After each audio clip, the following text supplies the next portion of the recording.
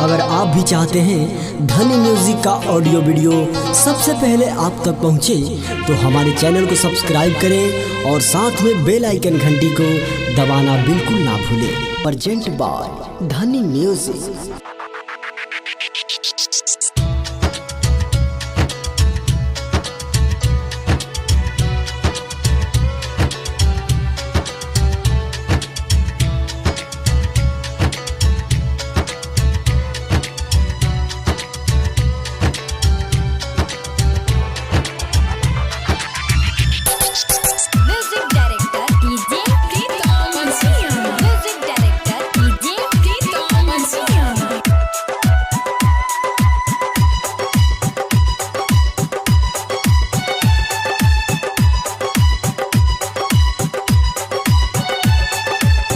Recording studio केसरिया।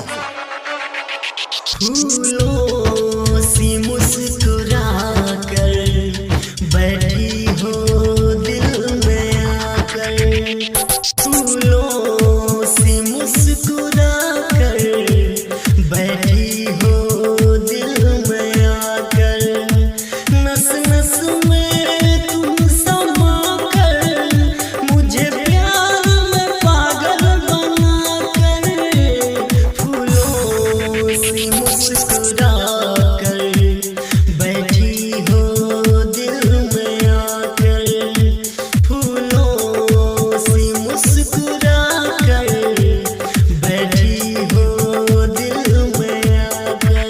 Present by धनी music.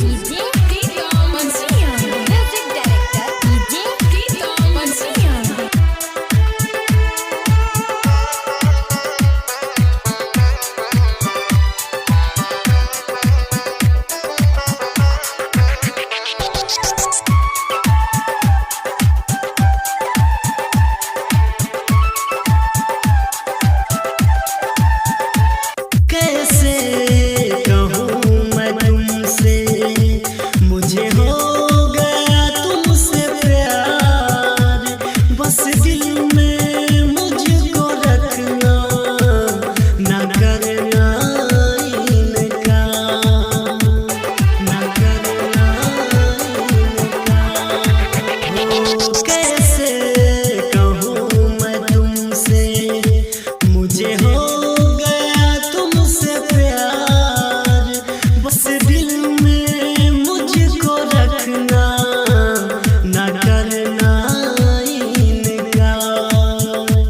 हर जगह बस सनम तुम ही आती हो नजर, बस मुझको ये जान कर रहना कदर, मन मेरा यही चाहे सपनों में तुमको पाकर, फूलों सी मुस्कुरा कर बैठी हो दिल में आकर, फूलों सी मुस्कुरा कर बैठी हो दिल में आकर। म्यूजिक डायरेक्टर डीजे प्रीतम बंसी।